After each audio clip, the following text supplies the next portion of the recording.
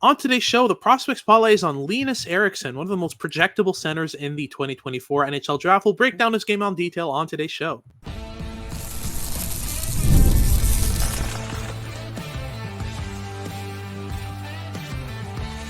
You are Locked On NHL Prospects, part of the Locked On Podcast Network. Your team every day. Hello, and welcome back to Locked On NHL Prospects, part of the Locked On Podcast Network, your team every day. On this podcast, we break down everything prospects related for you 5 days a week, Monday to Friday. I'm Hattie Kalakash, Director of North American Scouting for Dobber Prospects, with Sebastian High, Director of European Scouting and Head Scout for Dobber Prospects. And on today's show, we'll be breaking down Linus Eriksson's game in detail.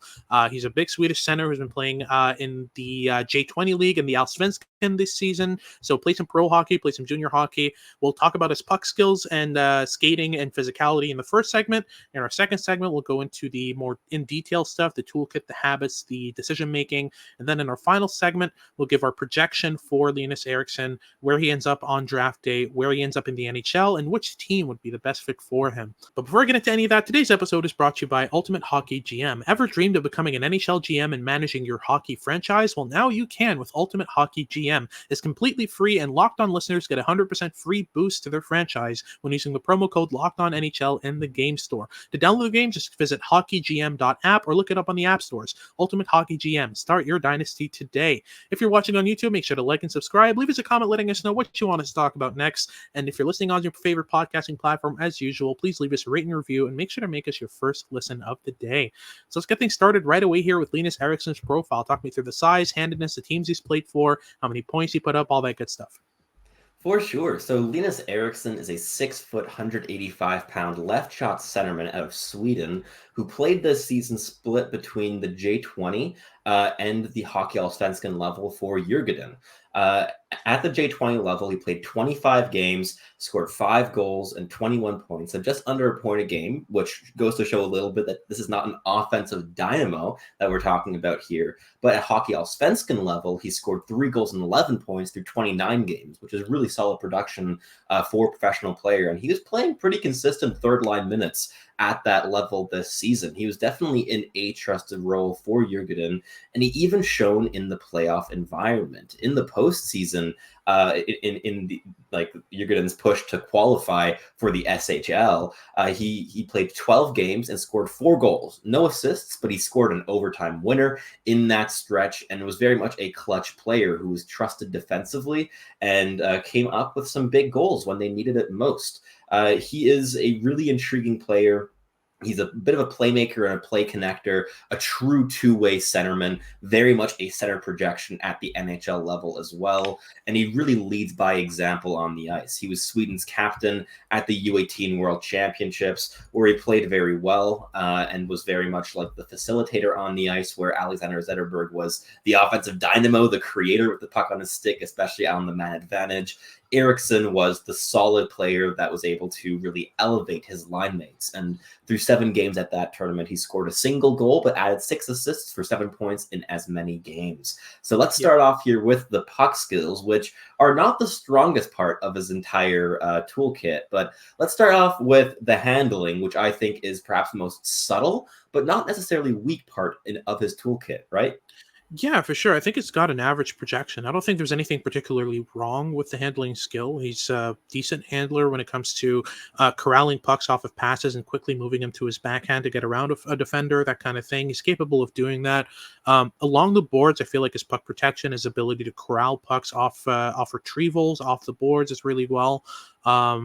It's a decent part of his game. Like you said, it's subtle. It's not really standout-ish, but it's decent enough to make him an effective player. I'd give it a bang average 5 grade. I think it projects as an NHL average tool. But I do want to talk about the passing ability, because for me, of the trifecta, I've liked that one the most. Sure. Again, a lot of what he does is simple, but in terms of passing ability, he's just a really, really good connector of plays, right? 100%. And where he's going to really shine is in the second segment with the mental side, because what makes his passing game really intriguing is not that he's a mechanically like really gifted passer or raw playmaker who's able to set up these really like impressive dynamic plays. Is that there's an underpinning of pace and intelligence in everything that he does. He makes quick one-touch plays. He's a really good give and go type of player. He makes sure that he plays in combination with his line mates rather than a player in a team. And he is able to build play incrementally up the ice using quick passing and strong off-puck movement. But in the offensive zone, there are also playmaking flashes. Again, quick plays, pacey plays, NHL style of plays, where he's keeping his puck touches quite short and he's making smart passes to smart areas. And he's also very much an area passer. He likes to give his teammates the puck in motion, in stride, and to create off of that. And again, a basis of intelligence in the passing game, which is really what elevates it to like a 5.5, maybe even 6th grade tool. As a passer, because he knows how to use what he has available to him, and he does not have dynamic skill available to him in droves like other players in this draft class, but he's able to leverage that intelligence and those decent passing mechanics to just really intelligently move the puck around the ice. For sure. Also, we can talk about the shot. I don't see it as anything really impressive. I'd actually give it a 4.5 grade based on mechanics. Again, what makes him a good scorer is the brain. It's the hockey sense, it's the intelligence, it's the positioning. He's always in the right spots, always firing off shots from the low slot, from around the net. Tip-ins, that kind of stuff are part of his arsenal as well. But it's not like he has this wicked curl and drag like Justin Poirier or Cole Eiserman. Like, he's not on that level. He's very much a straightforward kind of move and shoot type of player. Very short release, though. I like the fact that he doesn't really kind of telegraph where he's shooting. It makes it a bit more difficult to stop him, especially in tight. His release being so short and him being consistently involved in shots around the net and in the low slot makes it really, really tough for goalies to be able to react well enough to stop his shots. That's why he's been so effective. That's why he was really effective in the Allsvenskan playoffs as well. He's not a burner. He doesn't have a howitzer of a shot, but again, just a really, really effective shooter and effective scorer. Let's talk about the skating as well, because I've got mitigated viewings on that. I mean, having watched him in the Allsvenskan, I saw some issues with his skating that I didn't see at the U18 World. So what's your take on his skating overall?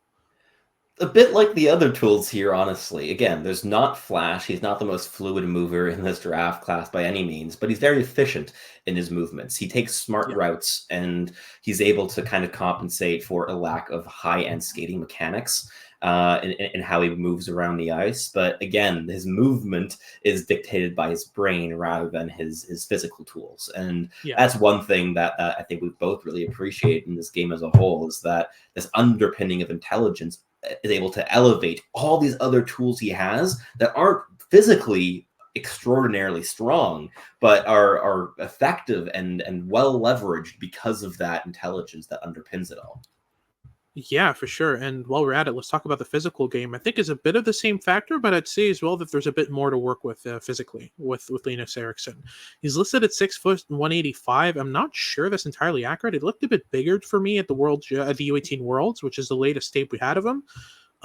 Looked pretty good in those viewings in terms of his frame, and he uses it really well. That's a real standout with him, is that he's not a fully just physical player. He's not a player who relies exclusively on his frame, on his weight. He's very much a player who has great leverage in board battles. He's a player who knows how to get under opponents' hands, get them off balance. When he's involved in board battles and hits along the boards, he's not just hitting through the player's chest. He's often hitting them in a way that pins their hands to the boards, that takes their hands out of the play, which makes it 1,000 times easier to then make a play with the puck on his end. Uses his back a lot in those battles as well. So really puts opponents behind him, puts himself between the opponent and the puck, which is another part of his game that I really like in terms of board battling ability. So the physicality for me, he gets a 6. I've been really impressed with what I've seen of him physically, especially in the Allsvenskan viewings and even more at the U18 Worlds, where he was just, being so technically refined in board battles just made him really hard to handle for the the more raw U18 prospects we saw at the U18 Worlds.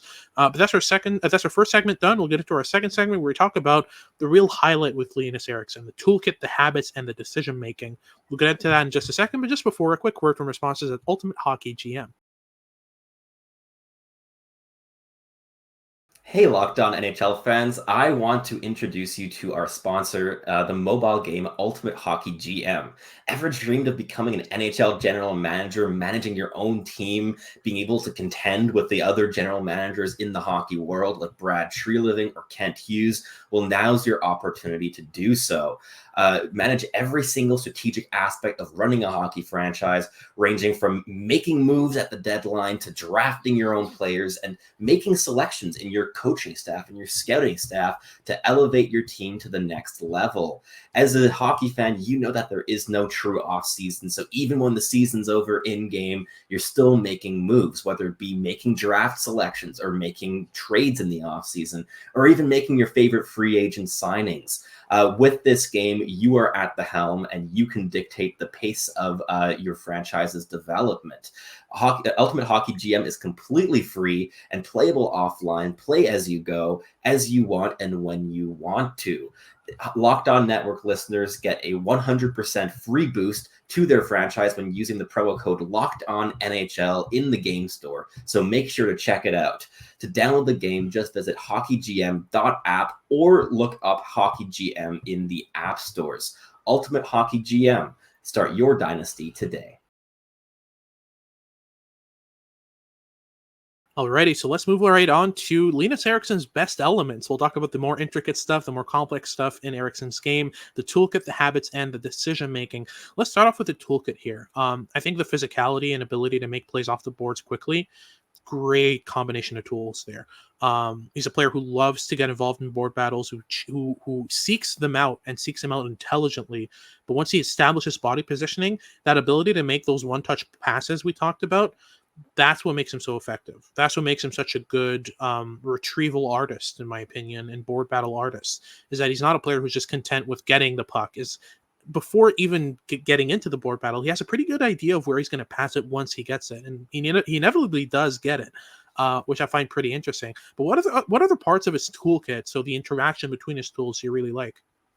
Yeah, well, I think that, again, it's the underpinning of intelligence, and the scanning habits are certainly a big element that support it all. As you mentioned, he has a good idea of what he's going to do when he has the puck in certain situations. He has a good level of anticipation, but to match that, the actual scanning habits are what makes him such a high-paced player and so comfortable in high-pace and low-space environments. At the professional level this season, he never had all that much time or space to work with, but he was at his most effective in those environments. He was playing better hockey, like in terms of how refined and quickly and intelligently he was playing at the pro level than at the junior level. And that, to me, is one of the reasons that he is so projectable to the NHL game. And it's what was able to elevate all those tools. And that interplay between intelligence and physical output is something that not that many draft eligibles have in as refined a state as Linus Eriksson does as an 18-year-old playing professional hockey. Absolutely, for sure. Let's talk about the habits as well. Like, we talk about the scanning habits as well, but there are so many different habits in this game that make him so effective. We talked about the one-touch plays. For me, it's just the ability to consistently play give and goes. He's never stopping his routes. He's always following up his routes to the net or off the boards or in transition. When he makes a pass, it's not pass and then, okay, what do I do next? He already knows what to do next when he's passing. So oftentimes what you see from him in transition is he'll get off the boards. Let's say he'll assist one of his defensemen on the breakout. He'll get the puck along the left boards. He'll quickly play it to the middle to his center and then or his winger, and then move up the ice, either up the boards or up the middle of the ice to create advantages. He's always creating these mini 2-on-1s with his positioning, which I find really, really interesting. He's a player who understands how to create offense at an NHL level. I don't think he's going to have much trouble upscaling his game as a result of that. We'll get into the upside and projection and all that in the third segment, but just to sum it up, I think really the decision-making and the habits are the strongest elements of Eriksson's game. And yeah, especially the decision-making. I mean, this is a prospect who I feel toggles the line between aggression and composure fairly well. He's not all pedal to the metal, hit everyone into the boards, win every puck battle, and just kind of truck his way through around the ice. He's a prospect who understands when to get into the board battle, when to sit back and let his teammates handle it, when to swarm the corner when the puck's in a battle in the corner, or when to kind of leave himself as an outlet. Would you agree with that assessment? Fully. I think that purpose is the name of the game with Linus Eriksson, what makes him so effective. He Yeah. engages so actively, but there's always this sense of understanding of what he's doing, why he's doing it, and what he can do next.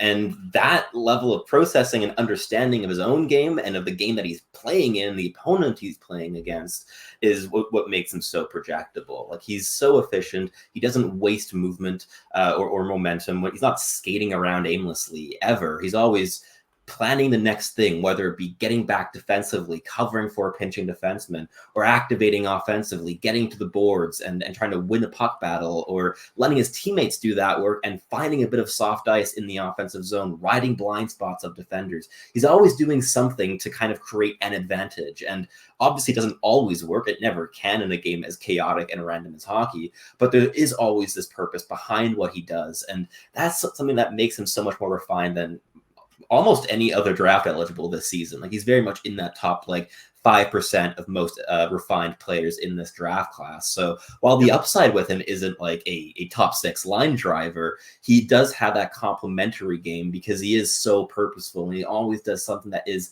underlined with intelligence and this desire to get involved and create advantages in as many various ways as he possibly can. And it's that versatility, that adaptability that makes him so intriguing to us. For sure. I think the one thing I'd like him to work on in terms of his habits and decision making is sometimes it's good to keep the puck for more than a second. You know what I mean? Like, sometimes it's good to hang on to pucks and let plays develop. I haven't seen that element yet of Eriksson on the puck. He understands that element when it comes to his teammates having the puck. So when his teammate is carrying the puck up the ice, he knows that he doesn't need to get open right away. Sometimes he knows that, right now I'm in the range of the defender in front of me. I'm going to wait this out. I'm going to wait for the defenseman to my left or to my right to commit to the carrier and then move into space. So he certainly understands that concept. I think it's a matter of comfort with Eriksson. I don't think he's comfortable having the puck for more than a few seconds at a time. But I feel like this is something you can teach him. He's got the awareness, he's got the intelligence, he's got the teachability, he's got the leadership abilities to lead by example and grow every day. And he's shown that throughout this whole season. So for me, I think it's not really much of a concern in terms of a habit that he has, but I think this is something that is an issue right now. As he grows, as he improves his game, as he adds kind of tools to his arsenal, you're going to see a bit more of that composure, that poise. But I think the issue with Eriksson is the kind of average handling combined with the desire to make his teammates better and play as a cog in a structure, right? As that develops, as that improves, he's going to get better at that element. But that's our second segment done. We'll get into our third segment where we talk about the projection, the upside, which team would be the best fit for Linus Eriksson, where we think he's going to end up on draft day. We'll get into that in a sec. But just before, a quick word from our sponsors at eBay Motors. Passion, drive, and patience. What brings home the winning trophies, also what keeps your ride or die alive. eBay Motors has everything you want to maintain your vehicle and level it up to peak performance. From superchargers to roof racks to LED headlights and far more, whether you're into speed, power, or style, eBay Motors has got you covered. With over 122 million parts for your number one ride or die, you're always going to find exactly what it is that you are looking for. And with eBay Guaranteed Fit, which is available to US customers only, your part is guaranteed to fit your ride every time or your money back. Because with eBay Motors, you're burning rubber, not cash. With all the parts you need at the prices you want, it's easy to turn your car into the MVP and bring home that win. Keep your ride or die alive at ebaymotors.com. Eligible items only, exclusions apply. Alrighty, so let's close things off here with our final segment where we break down the upside, the projection with Linus Eriksson, where he ends up on draft day, and which team would be the best fit for him. Let's start off with the upside. What do you think realistically is the kind of best we could see Linus Eriksson become at the NHL level? Are we talking about a second liner, or really talking about a bona fide third liner at his best? Like, where do you see him ending up in terms of real raw upside? Raw upside and like maybe 5 to 10% chance of it happening, I would say a very complimentary 2C. A player who will need dynamic wingers to play that kind of role, but who can take on the defensive responsibilities, who is so good off puck, who makes the lives of his line mates so much easier. He does all of the dirty work, as well as that complex off puck movement to get open and extend possessions, on top of also being a really good distributor in the offensive zone to keep the cycle going. This is not going to be a rush scorer, but rather a cycle maestro who can extend those possessions longer than many other players in the league. And I think that would be kind of the extreme end of the upside with him. And if a team sees that, they could pick him as high as like 22nd overall or something in that range. But I think what's far more likely, and is still really good upside, especially for a player that we have ranked at the top end of the second round, is a solid third line center, a player that you can rely on night in, night out. You know how he's going to play. You know that he's going to make his line mates better. You know he's going to shut down play defensively. He's likely going to be a valuable penalty killer, could even be a second power play type of player who isn't the main creator on that power play, but is able to extend those cycles, get the puck to dangerous areas, and overall maybe quarterback a little bit from a forward position on the power play unit. So a plug and play type of player who can play up the lineup when you need him to instead of injury. And just very valuable bottom six type of piece. I also think that at the floor here is a solid, reliable fourth line centerman, which really amplifies the interesting value here, especially with the top of the second round type of player. NHL teams want to add a player that they can actually use at the end of the day, that they can develop into a piece of their core. And while perhaps not at his floor the most like impactful piece in the lineup, a really key piece to have in a reliable 4C. And I really do think that that's kind of the basis with the floor. I'd say that there's probably a 30% chance that he's not able to reach that, which is really decent odds in this range of the draft. And it's the safety and projection and that solid third line upside that's super intriguing, even though that second line upside is very theoretical and dependent on the organization he lands in. Yeah, for sure. Speaking of where he lands, where do you think is the highest he could end up on draft day? Like, what's the highest he gets picked? Like, for me, I'm looking at the teams in the 17 to 22 range. I see a couple of candidates that could jump on him, namely the Vegas Golden Knights, who pulled this trick a couple of years ago with David Edstrom, who they then flipped last year. That was and then flipped him for Thomas Hertl, which was a decent piece of work with them. And we've said a lot with Vegas. It seems like their selections are really based on trade value rather than upside. And Linus Eriksson, his certainty, his profile, I think a lot of teams that are looking to offload stars could be looking for a surefire value in return. Vegas picks at 19th. Do you see him getting picked that high? Do you see him going for other prospects? Like, what's your read on that? I think that's the top of the range here. I would say that 19 and 20, like the Vegas Golden Knights and the New York Islanders are probably the two teams that I could see swinging on him really high in the draft in terms of what they prefer in terms of prospects. And Eriksson just brings that certain value. And as you mentioned, Vegas loves that, but so do the Islanders, right? They like their projectable players. And if a guy like Sacha Boisvert is no longer available, I could see them turning towards a player in the mold of a Cole Baudouin or Linus Eriksson, depending on who their scouting staff is a fan of this season. But beyond that, I could see many teams in that 20 range of the contenders going for a player like Eriksson, who could be an NHLer within 2.5 years. And if a team wants to get a reliable bottom six center that they can add into the fold in relative short term, I think that he's a very enticing option, whether it be like maybe the Dallas Stars at 29th overall. I think that Eriksson's certainly up their alley as an intelligent, reliable player who has room to grow. And if they foster his puck skills a little bit, there could be that second line upside as well, especially if he's surrounded by guys in the mold of a Logan Stankoven or a Wyatt Johnston. That's a solid environment for him to develop in. And that said, I could also see him falling down as low as 40th. I think he's he's not going to be available by the time the 45th or 50th pick come around. But for teams that are picking in that range who are aspiring to be contenders in the next couple seasons, like the Ottawa Senators are picking at 39th. I think Linus Eriksson would be a really good bet for them. They already have a couple middle six centermen in their organization, but they could always move one of them to the wing. I'm thinking of a guy like Ridley Gregg, for instance, who's just as good on the wing as he is down the middle. And if you complement him with a guy like Linus Eriksson, you're freeing up Gregg to be more of a pacey offensive pace pusher rather than being a reliable defensive guy, which he's been a little bit at the beginning of his career here. And I think that could also elevate his ceiling a little bit. So the Senators might also look up that alley.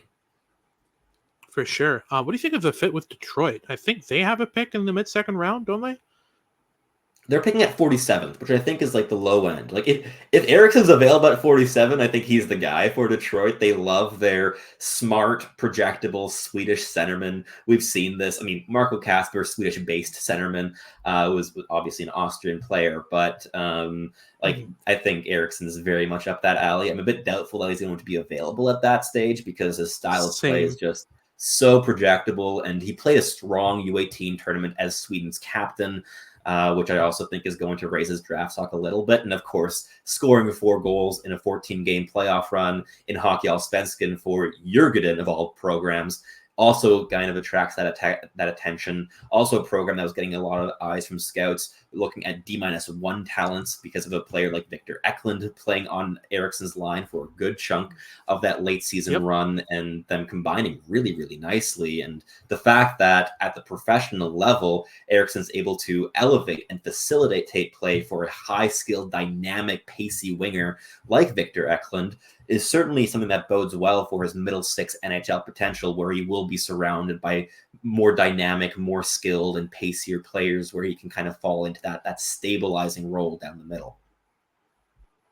Yeah, for sure. But that wraps things up for today's show. Thank you very much for tuning in. If you're watching on YouTube, please remember to like and subscribe. Let us know in the comments below what you think of Linus Eriksson and if your team should pick him up. If you're listening on your favorite podcasting platform, please leave us a rate and review and make sure to make us your first listen of the day. For your second listen of the day, make sure to check out Locked On Sports Today. They've got all your news and updates about what's going on around sports on YouTube's first 24/7 news channel. And make sure to tune in for our next shows as we continue our prospects coverage for the month of June and head into the summer. This has been Hattie Kalakash with Sebastian High, and we hope you tune in next time.